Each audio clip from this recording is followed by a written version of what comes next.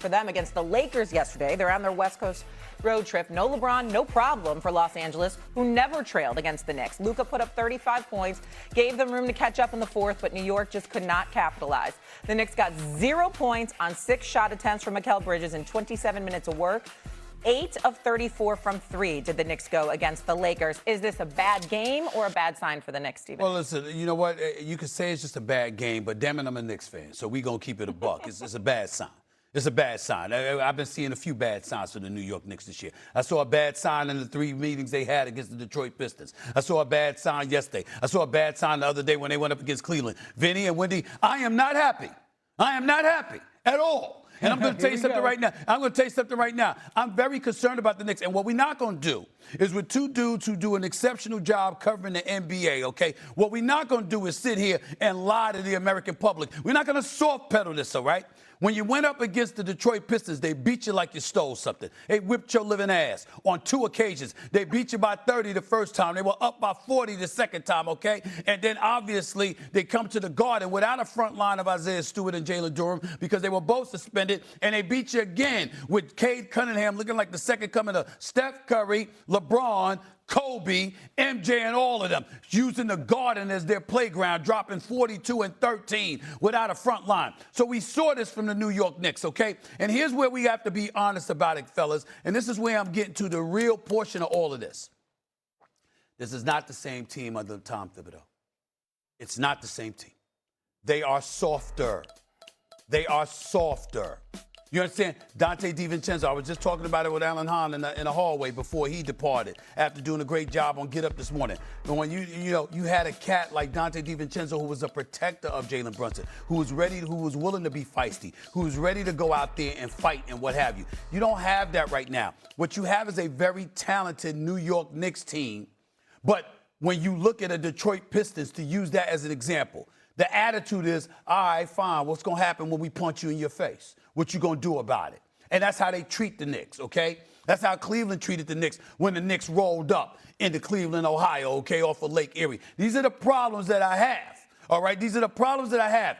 I'm looking at a New York Knicks team with Mikal Bridges, who can play, all right, but he's not an all-star, but you gave up 4 unprotected first-round picks for him. I still blame Jalen Brunson for that. It's the only thing I blame Jalen Brunson for in his entire tenure with the New York Knicks because he is a star. We appreciate him. We love him. He is the face of the franchise. But you got to be with Leon Rose and Dolan and those boys. You got to say, no, we can't give up that many assets. I know I want my boys here. I want him here. I want DiVincenzo here. I want Josh Hart here. I want it to be Villanova, East. Selected, putting his hands in his pocket. Chill out. You know, Thibodeau would have been all in there behind. This is the kind of stuff that I'm talking about here.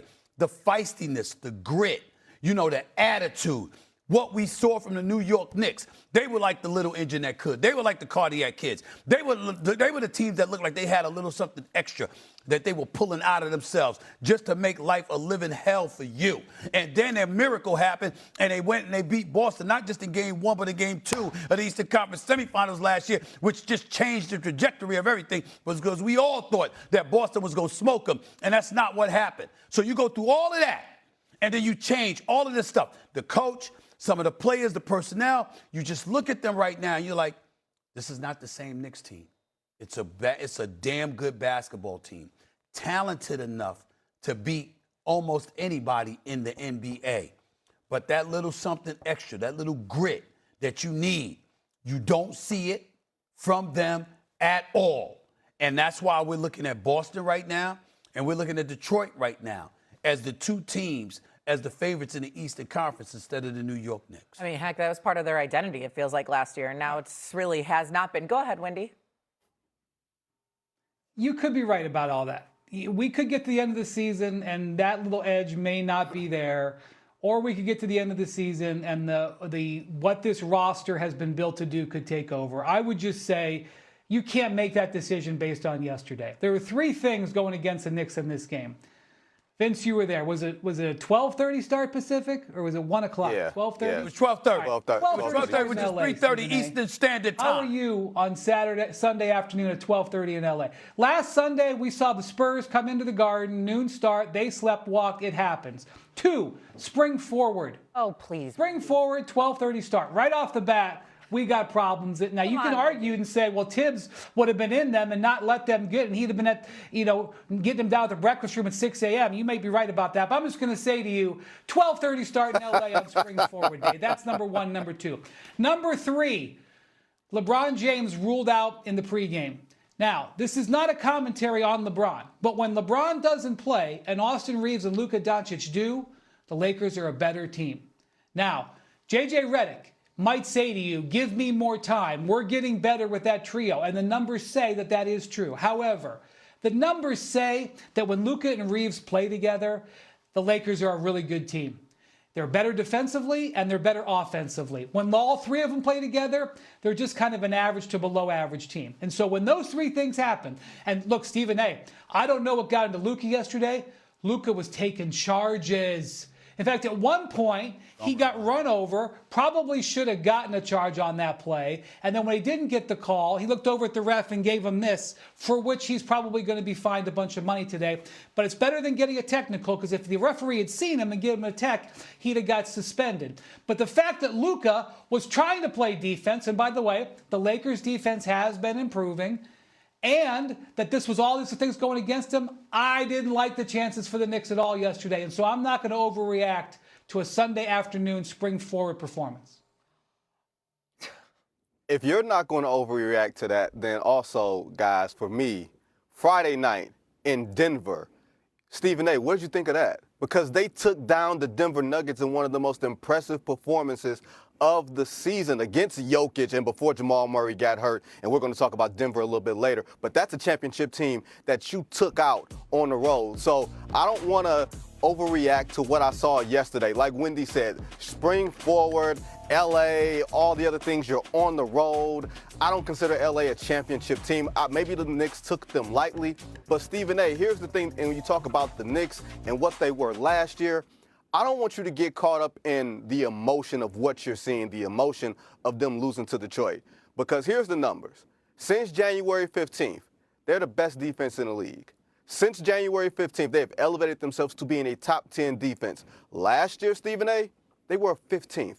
Last year, middle of the road, that elevated themselves in the playoffs. So while I understand what you're saying about how they look against Detroit and how they looked yesterday, the numbers say that this is a more cohesive defensive unit, and they are putting it together with a hiccup that happened yesterday. Now, if you have concerns about Jalen Brunson and his shooting, and they're lacking shot creation, and Karl Towns is not getting as involved and playing as fluidly as he played last year, I'm 100% with you. If you are telling me, man, they shut down Jalen Brunson, they have nobody else to create shots, the defense doesn't look right when they don't have their offense right, Stephen, I'm 100% with you. But I would say this. I think this is a small blip.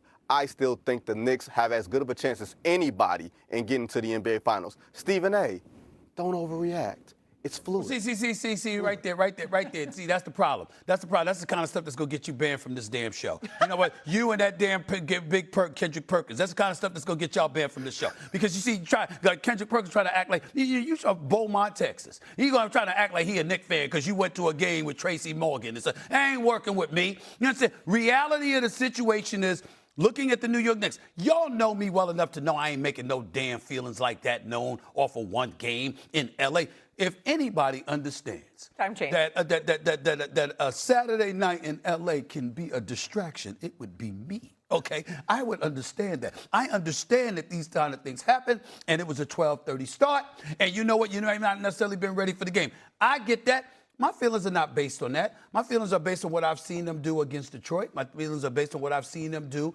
against Cleveland. I'm basing it on that along with a collective just ambiance about this team that's different than what we've seen over the last 2 to 3 years. That's what I'm basing it on. And so I know that they have talent. I know that they got the talent to beat anybody. When the New York Knicks are clicking,